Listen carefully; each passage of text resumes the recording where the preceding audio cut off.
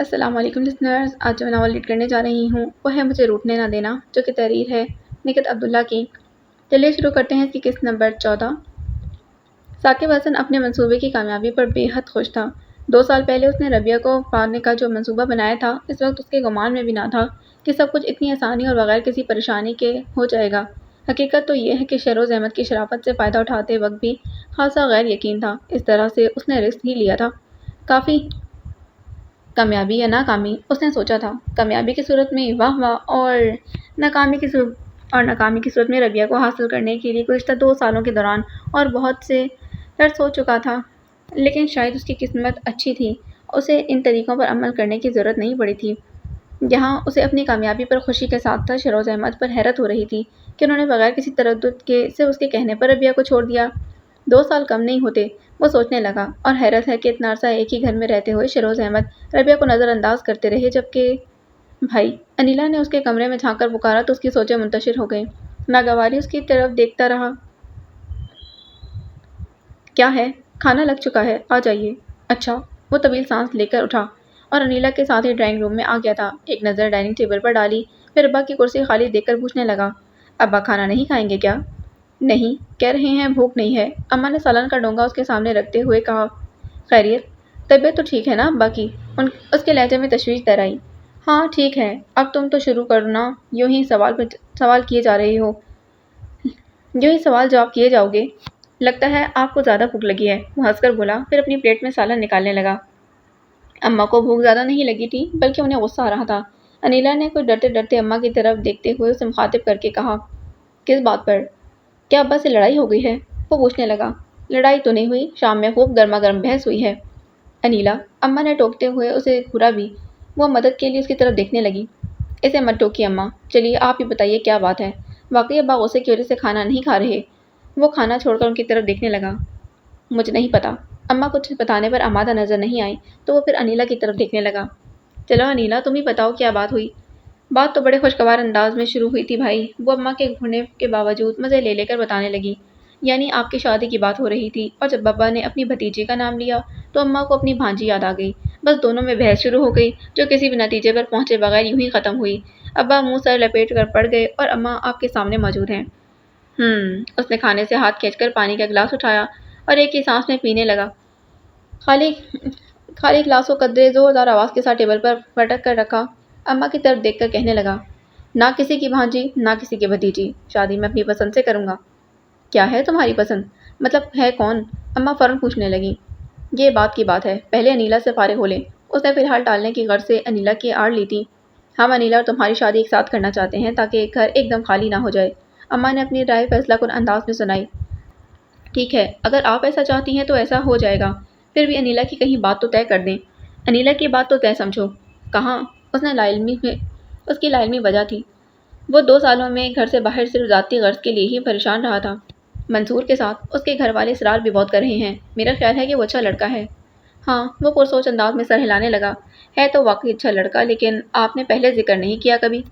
لو، کہاں رہتے ہو تم؟ کتنی بار تو تمہیں بتایا ہے، پتہ نہیں کن کاموں میں الجھے رہتے ہو کہ ڈھنگ سے بات ہی نہیں سنتے۔ آپ کو پتہ تو ہے، اپنا بزنس سیٹ کرنے میں لگا ہوا ہوں۔ اس طرف سے مطمئن ہوں گا تبھی تو کسی اور طرف دھیان دے سکوں گا۔ یہ تو ہے۔ اماں نے فوراً اپنا لہجہ تبدیل کر لیا، پھر اسی طرح نرمی سے کہنے لگی، بہرحال اب یاد رکھنا، ہم منصور کے گھر والوں کو ہاں کہہ رہے ہیں، اور میں چاہتی ہوں کہ تمہاری بھی کہیں بات طے ہو جائے تو۔ آخر تان وہیں پر آ کر ٹوٹی، بھانجی یا بھتیجی؟ چھوٹے بھائی عاقب نے گفتگو میں حصہ لیتے ہوئے شرارت سے کہا تو وہ ایک دم سنجیدہ ہو گیا۔ ان دونوں میں سے کوئی نہیں۔ بھائی تو پھر جلدی سے اپنی پسند بتائیے۔ انیلا اس کی پسند جاننے کو بے چین تھی، اور وہ ابھی اس موضوع کو چھیڑنا نہیں چاہتا تھا اور نہ ہی ربیہ کا نام لینا چاہتا تھا۔ لیکن پھر اس نے جو بات کل کرنی ہے وہ آج ہی کیوں نہ کر دے؟ سب اصرار جو کر رہے تھے۔ تم جانتی ہو اسے، بلکہ اماں بھی جانتی ہیں، وہ اسی طرح سنجیدگی سے بولا۔ کون؟ انیلا ذہن پر زور دینے لگی۔ ربیہ، وہ اطمینان سے کہہ کر لاپرواہ نظر آنے کی بھرپور کوشش کرنے لگا۔ ربیہ؟ انیلا نے دہرایا، پھر اس کی دماغی حالت پر شبہ کرتی کہنے لگی، لیکن بھائی اس کی تو شادی ہو چکی ہے، اور یہ بات آپ بھی جانتے ہیں۔ کون؟ وہ لڑکی جس کے ہاں ہم ثاقب کے باہر جانے سے پہلے گئے تھے؟ اماں یاد کرتی پوچھنے لگی۔ ہاں وہی ربیہ۔ اس کا اطمینان ابھی تک برقرار تھا۔ میں جانتا ہوں کہ اس کی شادی ہو گئی تھی، لیکن آپ لوگ نہیں جانتے کہ اسے طلاق ہو چکی ہے۔ کب؟ انیلا کی چیخ نما آواز میں تعصب تھا، جبکہ اماں ناگواری سے کہنے لگی، تو تم اس طلاقن سے شادی کرو گے؟ جی، ہرگز نہیں، میں تمہیں اس کی اجازت نہیں دوں گی۔ ایک بار جس کے گھر سے خالی ہاتھ لوٹائی گئی، دوبارہ وہاں جانے کا تو سوال ہی پیدا نہیں ہوتا۔ لیکن اماں، اب آپ وہاں سے خالی ہاتھ نہیں لوٹیں گی۔ میں جانتی ہوں اب میرا بیٹا بڑا آدمی جو بن گیا ہے، آپ کوئی خالی ہاتھ کیوں لوٹائے گا، لیکن سن لو، میں وہاں ہرگز نہیں جاؤں گی۔ ٹھیک ہے، مت جائیے گا، لیکن پھر آپ کو کہیں بھی جانے کی ضرورت نہیں ہے۔ کیا مطلب؟ میں ربیہ سے شادی کا فیصلہ کر چکا ہوں، اور وہ نہیں تو کوئی بھی نہیں، وہ فیصلہ کن انداز میں کہتا اٹھ کھڑا ہوا، پھر کرسی کو پاؤں کی زوردار ٹھوکر سے دھکیل کر ڈرائنگ روم سے ہی نکل گیا۔ انیلا کو اس کے غصے کا اندازہ تھا، اس کے باوجود اس کے پیچھے چلی آئی۔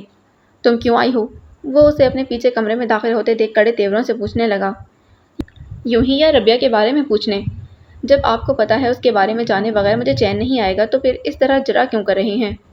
تم جاننا چاہتی ہو؟ اسے نرم پڑتے دیکھ انیلا فوراً کرسی کھینچ کر بیٹھ گئی تھی، پھر پوچھنے لگی، آپ کو کیسے معلوم ہوا کہ ربیہ کو طلاق ہو گئی ہے؟ میں اسی شہر میں رہتا ہوں۔ اسی شہر میں تو ہم بھی رہتے ہیں، ہمیں تو نہیں معلوم ہوا۔ بہرحال یہ بتائیے کب اور کیوں؟ کب اور کیوں کا جواب میرے پاس نہیں، اب تم جاؤ یہاں سے۔ ایسے ہی چلی جاؤں؟ وہ بھی ڈھیٹ بن گئی۔ پھر مزید کیا معلوم کرنا چاہتی ہو؟ مزید یہ معلوم کرنا ہے کہ کیا واقعی آپ اس کے لیے سنجیدہ ہیں؟ تمہارا کیا مطلب ہے؟ میں مذاق کر رہا ہوں؟ پھر بھی بھائی، اب حالات وہ نہیں رہے۔ میرا خیال ہے کہ اماں تو کسی صورت نہیں مانیں گی۔ اماں کو ماننا پڑے گا، کیونکہ میں اس کے علاوہ اور کسی سے شادی نہیں کروں گا۔ یہ بات تم بھی اماں کو اچھی طرح سمجھا دینا۔ وہ تو میں سمجھا دوں گی، لیکن میری سمجھ میں نہیں آ رہا یہ سب کیسے ہوا، کیونکہ وہ تو اپنے گھر میں بہت خوش تھی۔ اس کے سامنے ربیہ سے آخری ملاقات کی جیسے فلم چلنے لگی۔ ربیہ تو اپنے شوہر کے ساتھ بہت خوش و خرم تھی، پھر اب تمہیں یہ سب سمجھنے کی ضرورت ہی کیا ہے؟ چلو اب جاؤ یہاں سے، مجھے نیند آ رہی ہے۔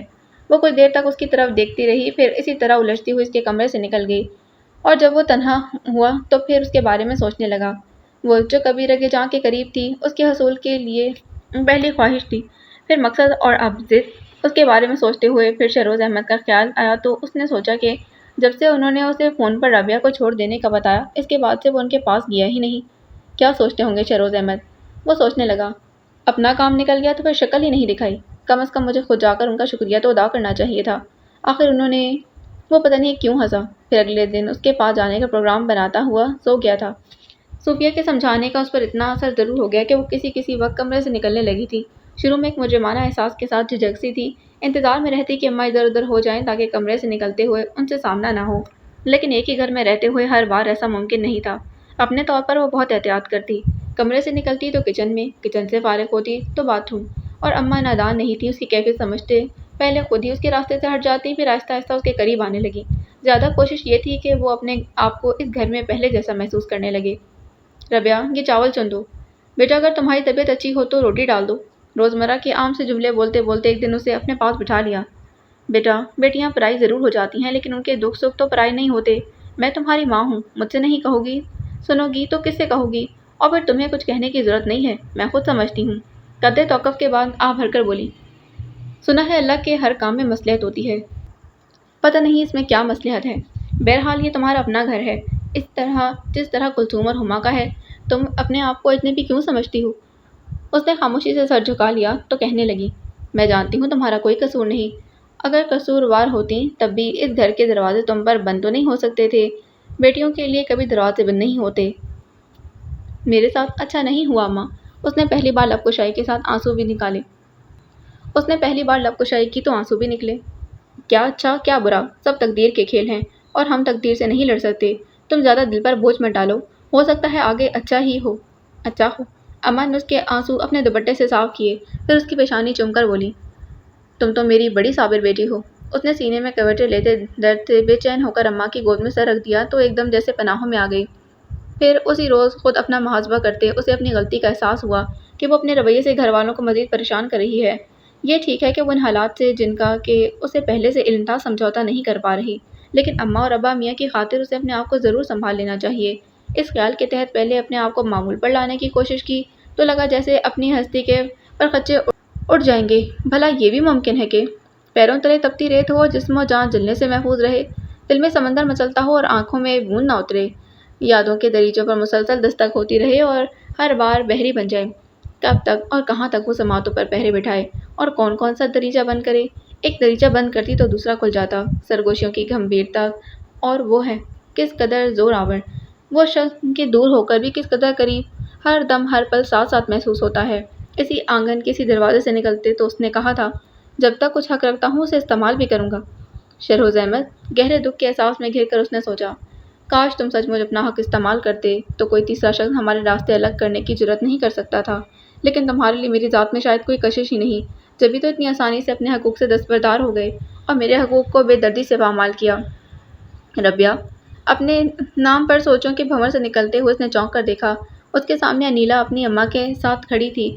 پہلے اسے شبہ ہوا کہ شاید وہ کوئی خواب دیکھ رہی ہے، لیکن جب انیلا اس کے کندھے پر ہاتھ رکھ کر اس کے برابر بیٹھی تو حقیقت کا احساس جاگا۔ تم؟ ناگواری کی تیز لہر اس کے پورے وجود میں سرایت کر گئی، جسے محسوس کیے بغیر انیلا خوش دلی سے بولی، ہاں میں، اور دیکھو اماں بھی آئی ہیں۔ اس نے سرسری نظر اس کی ماں پر ڈالی اور اٹھ کر اندر چلی گئی۔ بڑے کمرے میں کلثوم نظر آئی تو اس سے کہنے لگی، سنو میرے سر میں درد ہو رہا ہے، میں لیٹنے جا رہی ہوں، تم پلیز کسی کو میرے پاس آنے مت دینا۔ میں آپ کا سر دبا دوں آپی؟ کلثوم نے ہمدردانہ پیشکش کی۔ نہیں، وہ جلدی سے کہہ کر چھوٹے کمرے میں آ گئی تھی۔ دروازہ بند کر کے چرپائی پر بیٹھی تو فوری طور پر سمجھ نہیں آیا، نہ کوئی سوچ نہ کوئی خیال، بس اندر ہی اندر بے حد گھٹن کا احساس ہونے لگا۔ ہاتھوں کی انگلیاں بالوں میں پھنساتے ہوئے ہلکے سے بڑبڑائی، یہ انیلا کیوں آئی ہے؟ اور اپنے آپ سے کیے گئے اس سوال کے ساتھ ہی ذہن بہت ساری سوچوں تک رسائی حاصل کر گیا تھا۔ ابھی پچھلے ہفتے ہی تو اس کی عدت کے دن ختم ہوئے تھے، تو کیا ثاقب حسن نے سچ مچ کسی خاص مقصد کے لیے انیلا اور اس کی ماں کو بھیجا ہے؟ نہیں، اس کا سر آہستہ آہستہ نفی میں ہلنے لگا اور آنکھوں میں وحشت اتر آئی۔ یہ کبھی نہیں ہو سکتا، ایسا کبھی نہیں ہونا چاہیے۔ اس کا دل چاہا چھوٹی آپا کی طرح سارے لحاظ بھلا کر ہدے پھلانگتی ہوئی ثاقب حسن کی والدہ کے سامنے جا کھڑی ہو اور صاف لفظوں میں کہہ دے، میں کبھی بھی آپ کے بیٹے کو قبول نہیں کروں گی۔ اور اتنی باحوصلہ تو وہ کبھی بھی نہ تھی۔ کتنی بار دروازے تک جا کر پلٹ آئی، بالآخر اپنے آپ کو انتہائی بے بس محسوس کرتے ہاتھوں میں چہرہ چھپا کر رونے لگی۔ میں بہت بہت بزدل ہوں، اور میں آپ کو بزدل نہیں دیکھنا چاہتا، کبھی بھی کسی بھی مقام پر۔ قریب ہی جیسے کوئی سرگوشی ہوئی تو وہ چونکی اور ہونٹوں نے بے آواز جنبش کی۔ شہروز احمد، زندگی میں بہت ساری باتیں ہماری مرضی کے خلاف ہو جاتی ہیں۔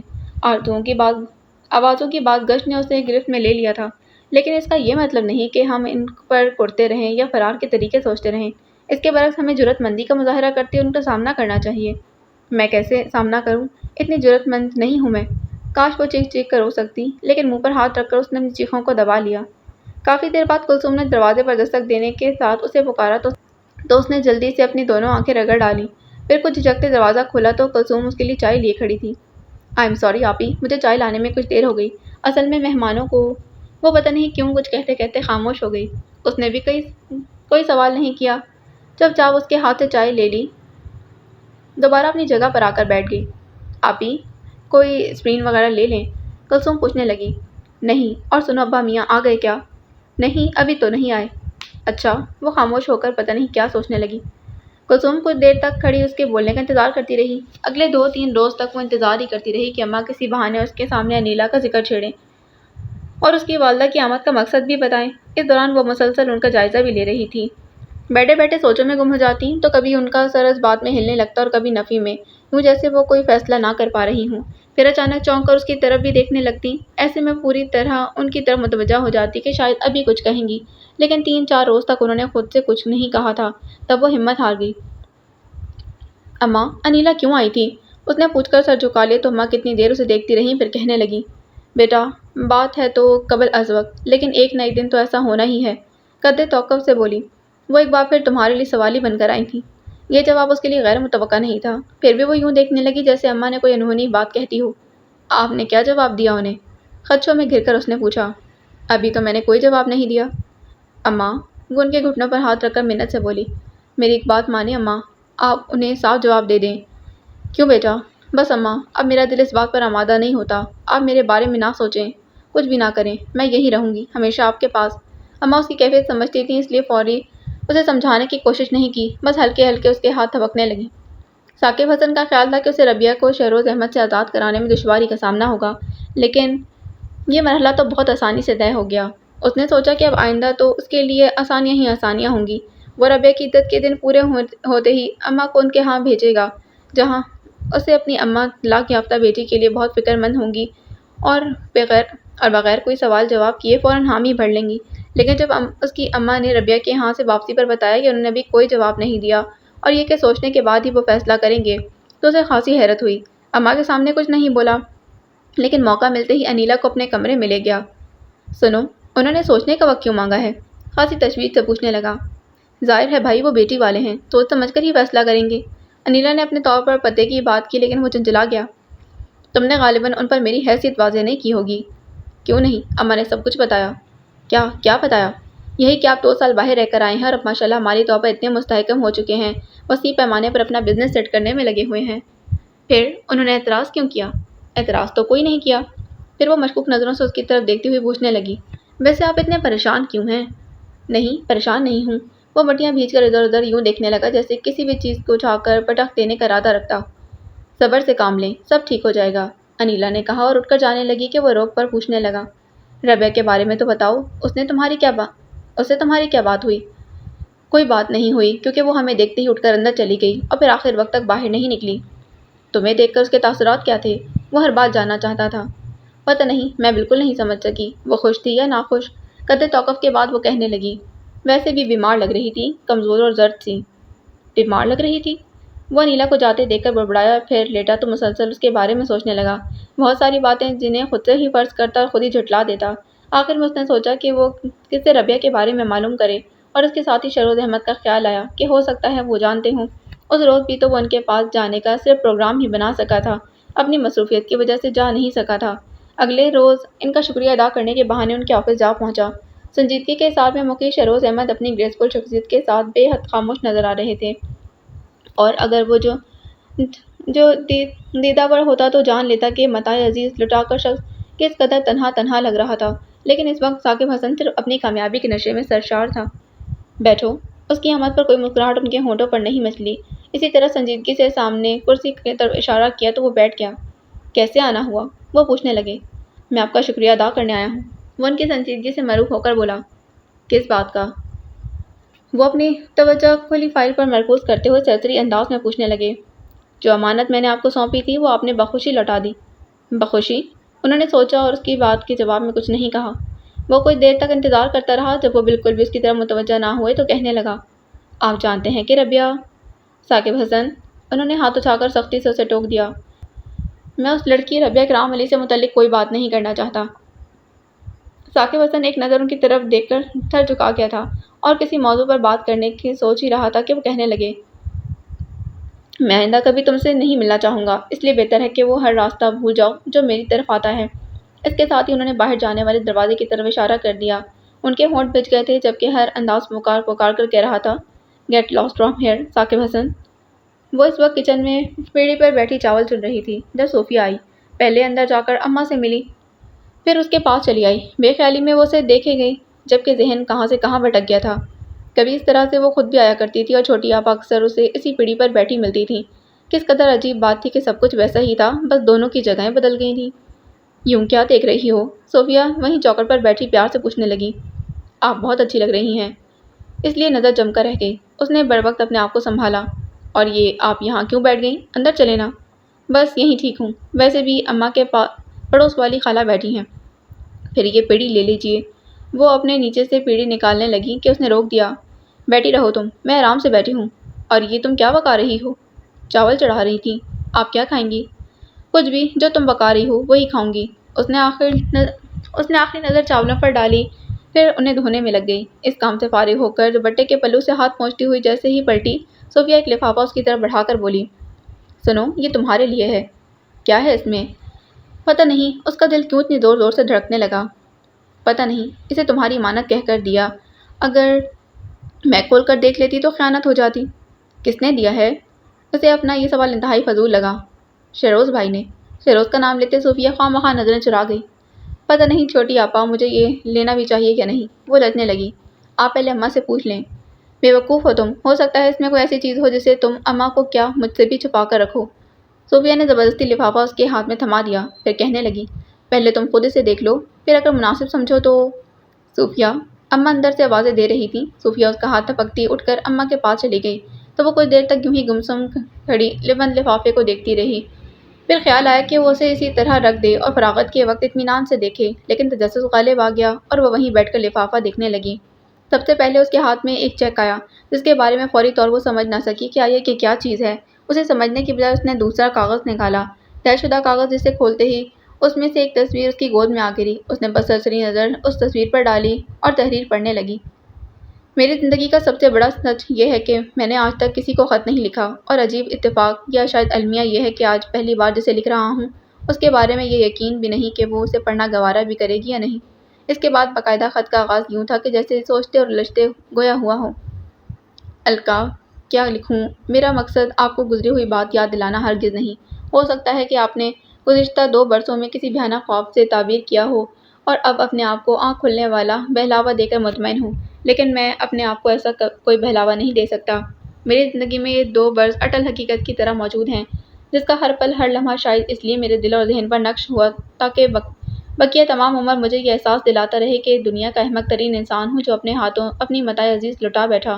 بہرحال اپنی ذات سے قطع نظر مجھے یہ کہنا ہے کہ آپ سے نکاح کے وقت مہر کی جو رقم 1.25 لاکھ مقرر ہوئی تھی، میں اس کا چیک بھیج رہا ہوں۔ یہ آپ کا حق ہے جسے ادا کرنا میرا فرض تھا، اور آپ جانتی ہیں کہ میں اپنے فرائض سے کم ہی غافل ہوتا ہوں۔ اس کے علاوہ ایک گھر کے کاغذات ہیں جو میں نے آپ کے لیے آپ ہی کے نام سے بنوایا تھا، اور آپ کے لیے خوبصورت گھر بنانے کا ارادہ میں نے اسی روز کر لیا تھا جس روز آپ برف کا گھروندہ بنا کر اس میں اپنے خوابوں کی تعبیر تلاش کر رہی تھیں۔ اس وقت آپ کی آنکھوں میں جو رنگ اترے تھے وہ میں کبھی فراموش نہیں کر پایا۔ اگر یقین نہ ہو تو یہ تصویر دیکھ لیجیے۔ مزید کیا لکھوں؟ بس آپ سے اتنا پوچھنے کی جسارت ضرور کروں گا کہ آپ خود تو چلی گئیں، لیکن اپنے وجود کی مہک کو ہمارے آس پاس کیوں چھوڑ گئیں؟ ابھی بھی ساتھ لے جاتی، اسے بھی ساتھ لے جاتی کہ شاید اس طرح زندگی سہل ہو جاتی۔ شہروز احمد۔ اس نے بے حد سناٹوں میں گھر کر خط تہہ کر کے دوبارہ لفافے میں رکھا اور گود سے تصویر اٹھا کر دیکھنا چاہتی تھی کہ دل میں مچلتا سمندر اس تیزی سے آنکھوں میں سمایا کہ ہر طرف دھند ہی دھند چھا گئی تھی۔ میرے خدا! اس نے پلکوں کو بار بار جھپکا تو آنسو تواتر سے بہنے لگے۔ دھند کے پار جیسے موسلادھار بارش ہونے لگی۔ بے خیالی میں وہ آنکھوں کے بجائے بار بار تصویر پر ہاتھ پھیر رہی تھی اور اسے صاف کرنے کی کوشش کر رہی تھی۔ ربیہ! کافی دیر بعد صوفیہ اسے پکارتے ہوئی آئی اور اسے یوں زاروں کی طرح روتے دیکھ کر پہلے ٹھٹکی، پھر اس کے پاس بیٹھی ہوئی قدرے پریشانی سے پوچھنے لگی، کیا بات ہے؟ اس طرح کیوں رو رہی ہو؟ میں رو رہی ہوں؟ اسے شاید اپنی آنکھوں سے برستی برسات کی خود خبر نہ تھی۔ صوفیہ کے پوچھنے پر ہاتھوں سے اپنا چہرہ چھوا تو حیرانی سے بے بسی سے بولی، پتہ نہیں چھوٹی آپا، میں کیوں رو رہی ہوں؟ پگلی، چل اٹھو یہاں سے۔ نہیں آپی، ابھی تو میں نے چاول بھی نہیں چڑھائے۔ چڑھ جائیں گے چاول بھی، تو اندر چلو۔ صوفیہ زبردستی اسے اٹھا کر اندر لے گئی۔ اپنے رومال سے اس کا چہرہ صاف کیا، تب اس نے بہت خاموشی سے ہاتھ میں پکڑی تصویر اس کی طرف بڑھا دی۔ یہ کیا ہے؟ شہروز احمد نے یہ تصویر بھیجی ہے اور یہ چیک۔ اس نے لفافے میں سے نکال کر چیک بھی اس کی طرف بڑھایا، البتہ خط اور مکان کے کاغذات چھپا گئی تھی۔ تصویر تو اچھی ہے۔ صوفیہ نے تصویر پر سرسری نظر ڈالی پھر چیک دیکھتے پوچھنے لگی، یہ چیک کیسا ہے؟ مہر کی رقم ہے، یہ آپ اماں کو دے دیجیے اور ان سے کہیے کہ شہروز احمد کو واپس کر دیں۔ کیوں؟ میں سمجھتی ہوں اس پر میرا کوئی حق نہیں۔ ویسے بھی میں یا ہم میں سے کوئی بھی ان پیسوں کا کیا کرے گا؟ بہتر ہے انہیں شکریہ کے ساتھ واپس کر دیں۔ اور اگر شہروز احمد نے واپس نہ لیے تب میں کچھ نہیں جانتی۔ وہ صوفیہ کو وہیں چھوڑ کر کمرے سے نکل گئی۔ دل کی ندی جسے اس نے بڑی دقتوں کے ساتھ پرسکون کیا تھا، اس نے شہروز احمد نے بہت بڑا کنکر اچھال دیا تھا، یوں ہلچل مچا دی کہ اگلے کئی دن تک وہ بے حد ڈسٹرب رہی تھی۔ اس دوران انیلا ایک بار پھر اپنی اماں کے ساتھ آئی، لیکن وہ ان دنوں ذہنی طور پر کچھ بھی سوچنے کے قابل نہیں رہی تھی کہ نئی صورتحال کے بارے میں سوچ سکتی۔ اس کی سوچوں کا محور شہروز کی طرف سے بھیجے گئے مکان کے کاغذات اور مہر کا چیک تھا۔ وہ یہ دونوں چیزیں انہیں لوٹانا چاہتی تھی، لیکن سمجھ نہیں آ رہا تھا کہ کیسے ان تک پہنچائے۔ صوفیہ کے ذریعے یہ کام ہو سکتا تھا، لیکن نہیں چاہتی تھی کہ صوفیہ ان دونوں کے درمیان پیغمبر بن کر رہ جائے۔ وہ کوئی ایسا طریقہ سوچ رہی تھی جس سے یہ بات ہمیشہ کے لیے یہیں ختم ہو جائے۔ مہر کی رقم کا چیک اس نے صوفیہ کے ذریعے اماں کو دے دیا تھا، اور اماں نے ابا میاں کو دکھایا تو انہوں نے اس کے حوالے کرتے کہا، یہ تمہارا ہے، ہم اسے اپنے لیے حرام سمجھتے ہیں، تم اسے چاہو تو تصرف میں لے آؤ۔ اور وہ کیا کرتی؟ پہلے ہی اس شخص کی اتنی مکروز تھی جس نے ان 2 برسوں میں پتہ نہیں صرف اپنی امی کے سامنے جواب دہی سے بچنے کی خاطر اس پر اتنا کچھ کیا تھا کہ کیا کسی اور جذبے کے تحت۔ بہرحال وہ اپنے آپ کو حقدار ہرگز نہیں سمجھتی تھی۔ 2 برس کم تو نہیں ہوتے، وہ سوچتی، اور اتنے عرصے میں اس شخص کے گھر بہت آرام سے رہی تھی۔ میری بساط سے بڑھ کر مجھے ہر شے ملی۔ لوگ تو مہمانداری بھی 2 ہفتے سے زیادہ نہیں نبھا سکتے۔ اس نے 2 سال تک مجھے برداشت کیا، اور ان 2 سالوں میں جتنا مجھ پر خرچ کیا، اگر اس کا حساب کر بیٹھوں تو مہر کی رقم سے کہیں زیادہ وہ مجھ پر لٹا چکا ہے۔ بہت سوچنے کے بعد اس نے چیک اور گھر کے کاغذات انہیں آفس کے پتے پر رجسٹری کے ساتھ ایک اضافی کاغذ جس پر اس نے لکھا تھا، شہروز احمد، جب ناطے ٹوٹ جائیں تو وہ بھی اس طرح کے درمیان میں شجر ممنوع کا لفظ آ جائے تو پھر کوئی بھی ربط نہیں رکھنا چاہیے۔ یہ بات اگر آپ بھی سوچ لیتے تو یقیناً مجھے یہ چیزیں نہ بھجواتے۔ بہرحال آپ نے انہیں میرا حق قرار دیا اور میں اپنے آپ کو کسی بھی طرح حقدار نہیں سمجھتی، اس لیے واپس کر رہی ہوں۔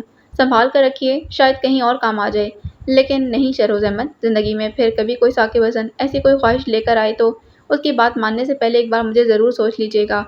مجھے یعنی رابعہ اکرام علی کو، جس نے صرف ایک زندگی نہیں ہاری کہ یہ اختیار میں نہیں، ورنہ اور سب تو۔ رابعہ ایک بوجھ سا اتار کر وہ مطمئن ہونے جا رہی تھی کہ نئی صورتحال کا سامنا کرنا پڑا۔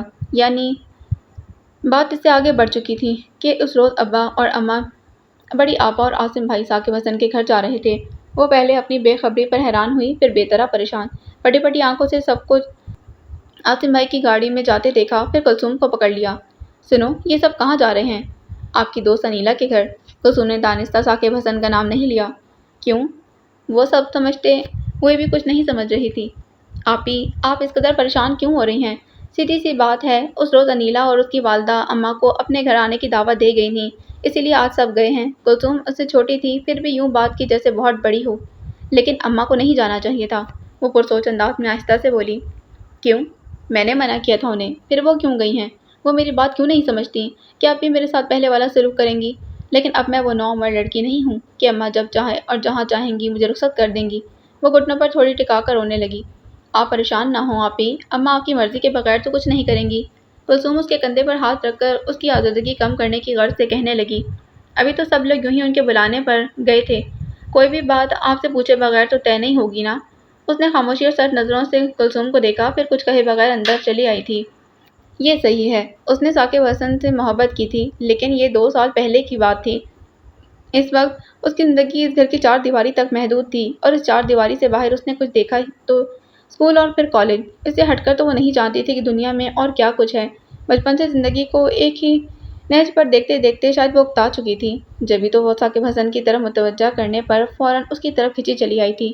کچی عمر اور کچا ذہن، جس پر بہت جلدی ثاقب حسن نے اپنا رنگ جما لیا تھا کہ وہ اسی بارے میں سوچنے لگی تھی۔ اگر درمیان میں یہ 2 سال اس طرح نہ آئے ہوتے تو یقیناً وہ اب بھی اسی طرح ہی سوچتی، لیکن ان 2 سالوں نے اسے بہت کچھ سمجھایا اور سکھایا تھا۔ ابتدائی عرصے میں اس نے بہت نادانی سے سوچا تھا کہ 2 سال بعد وہ بڑے آرام سے ثاقب حسن کی ہو جائے گی، لیکن جیسے جیسے وقت گزرتا گیا وہ ثاقب حسن سے متنفر ہوتی گئی۔ وہ اسے اتنا خود غرض نظر آیا جو اپنی خواہشات کے حصول کے لیے کچھ بھی کر سکتا تھا۔ اور پھر شہروز احمد بھی تو اس کے سامنے رہے تھے، جس کی گریس فل اور قد آور شخصیت مقابل کو تمام محاذوں پر ہتھیار ڈالنے پر مجبور کرتی۔ مقابل وہ تھی رابعہ اکرام علی، جو کسی معمولی سی شے میں معمولی سی خوبصورتی دیکھ کر بھی متاثر ہو جاتی تھی، اور شہروز احمد تو نہ خود معمولی تھے اور نہ ان کی شخصیت عام سی، پھر وہ کیسے متاثر نہ ہوتی؟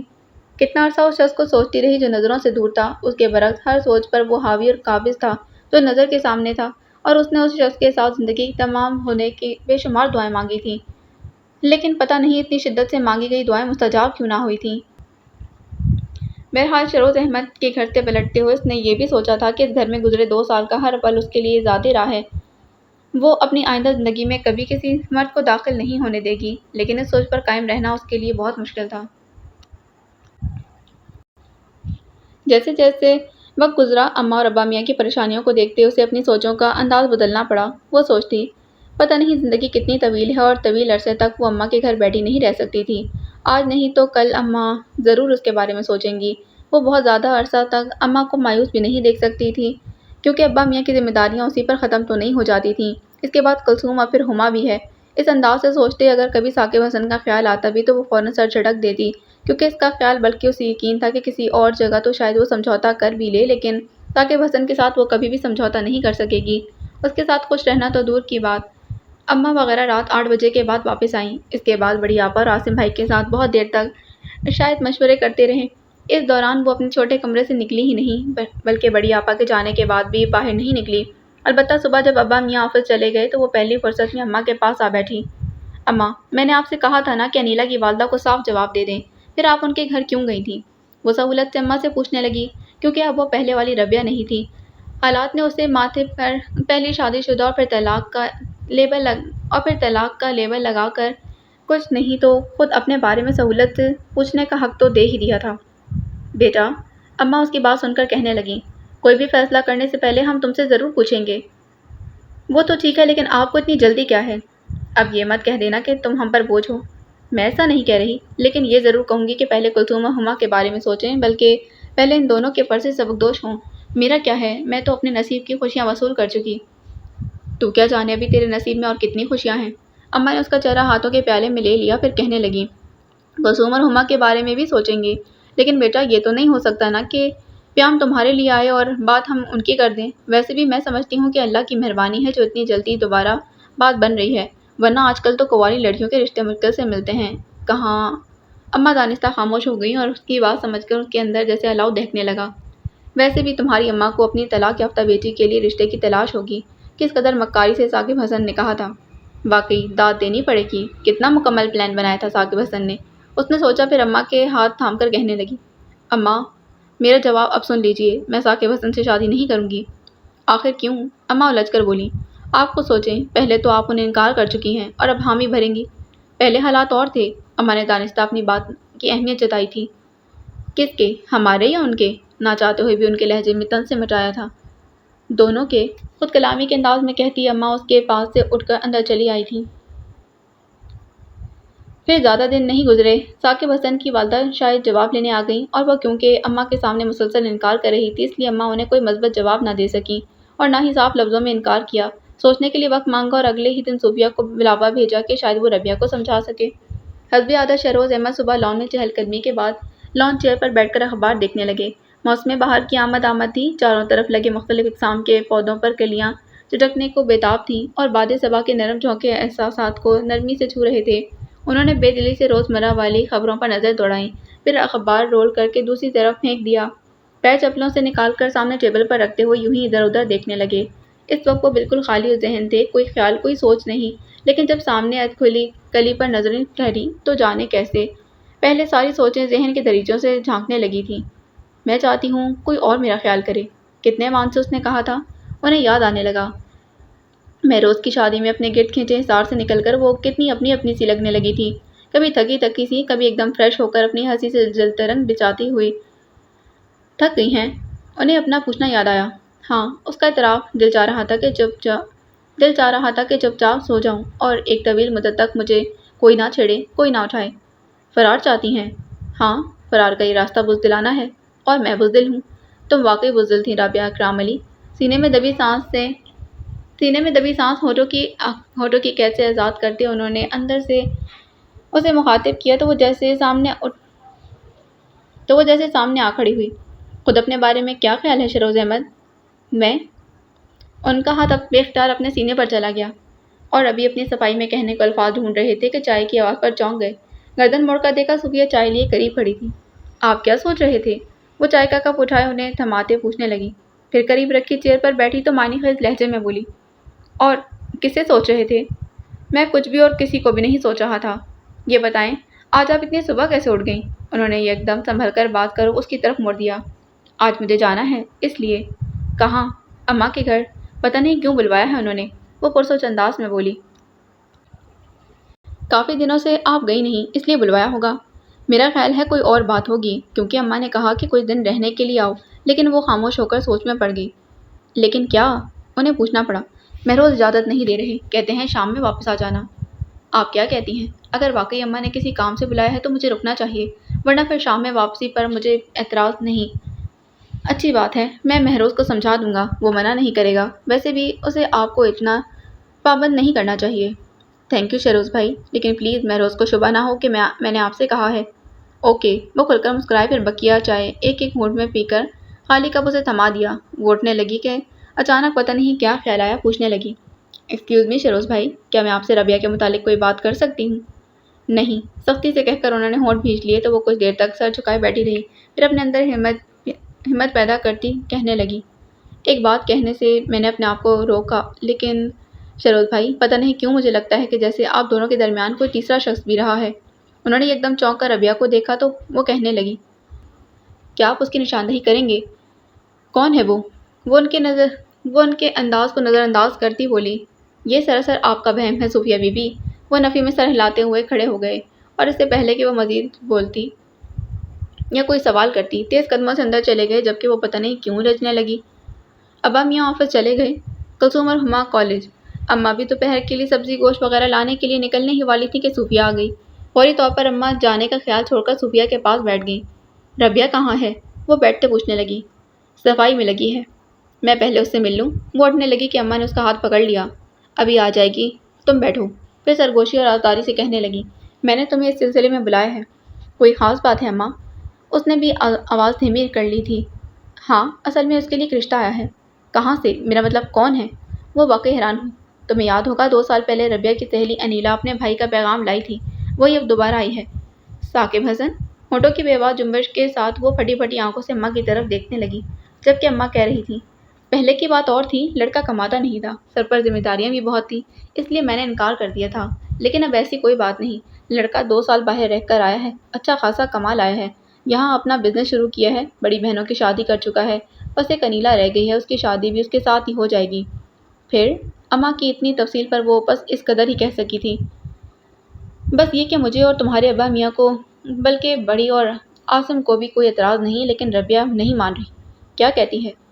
یہ تم ہی اسے پوچھو، بلکہ اسے سمجھاؤ، میں نے تو تمہیں اسی لیے بلایا ہے۔ وہ کچھ کہنا چاہتی تھی کہ ربیہ کو آتے دیکھ کر اپنی جگہ سے کھڑی ہو گئی۔ آپ کب آئیں چھوٹی آپا؟